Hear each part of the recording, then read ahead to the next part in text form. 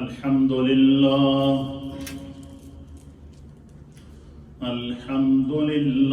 نحمده ونستعينه ونستغفره ونؤمن به ونتوكل عليه ونعوذ بالله من شرور أنفسنا ومن سيئات أعمالنا من يهده الله فلا مضل له ومن يضلله فلا هادي له ونشهد أن لا إله إلا الله ونشهد أن سيدنا وسندنا ونبينا ومولانا محمدا عبده ورسوله أما بعد فأعوذ بالله من الشيطان الرجيم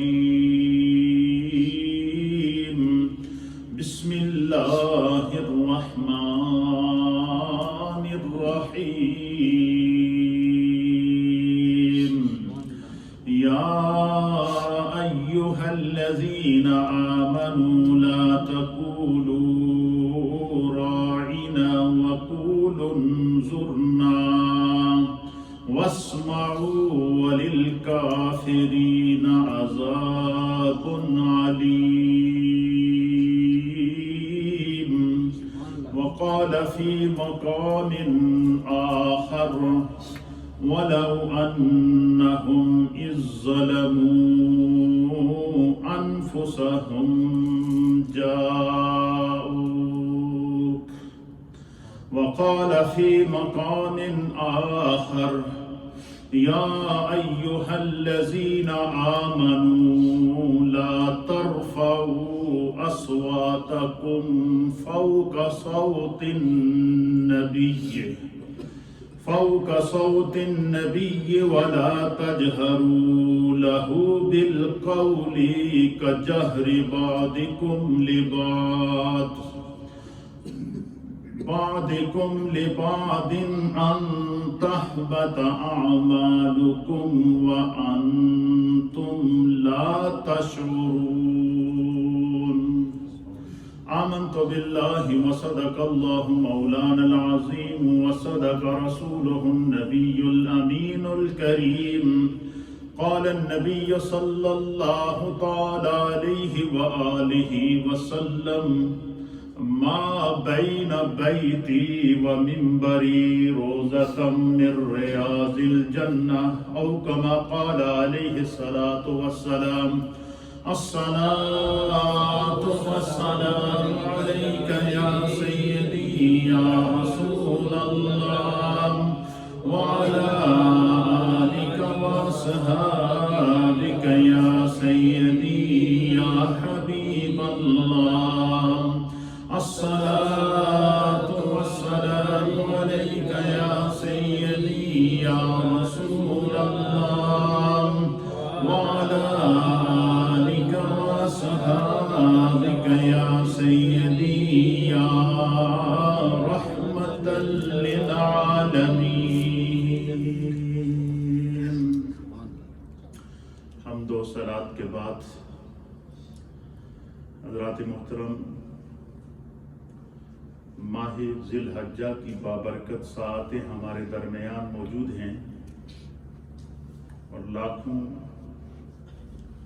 حجاج کرام نے اس ماہ مقدس میں حج بیت اللہ کی سعادت حاصل کی اور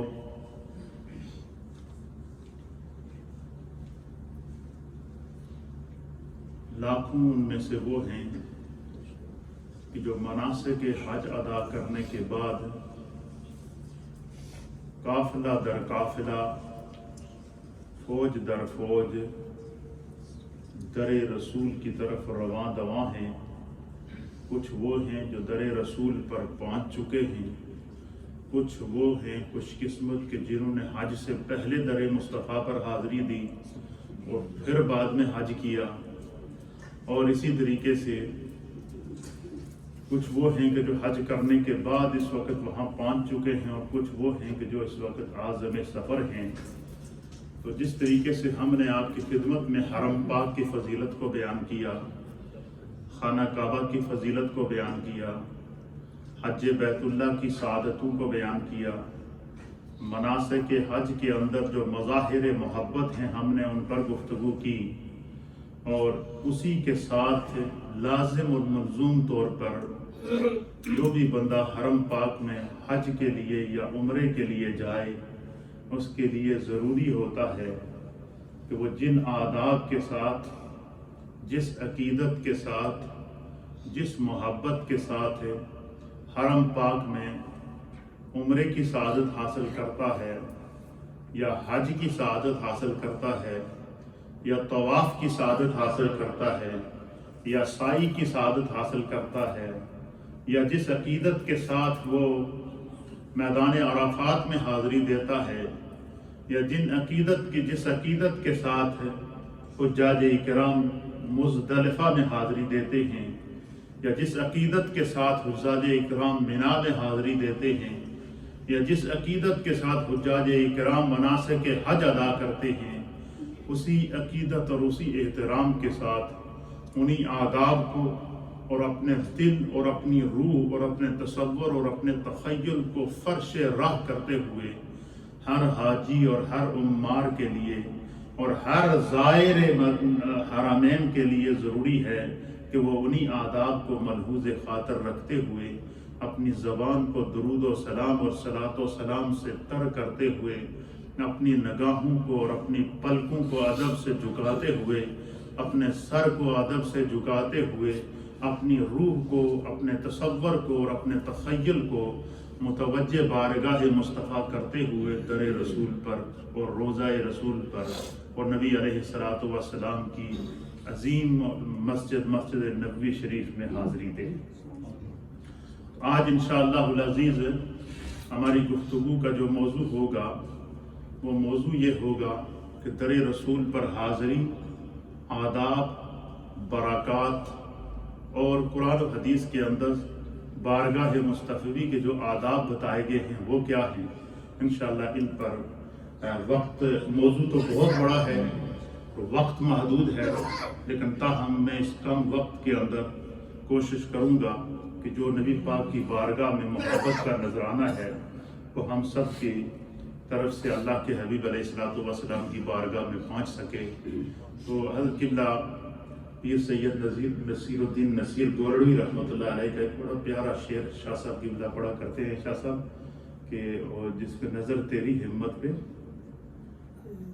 بھیڑ میں چوں ملی، حضرت پیر نصیر الدین شاہ صاحب گورڑوی رحمۃ اللہ علیہ کی اب محبت دیکھی اور آپ فرماتے ہیں کہ بھیڑ میں چوں ملی شاہ کی جالیاں، بھیڑ میں چوں ملی شاہ کی جالیاں، نظر تیری ہمت پہ لاکھوں سر۔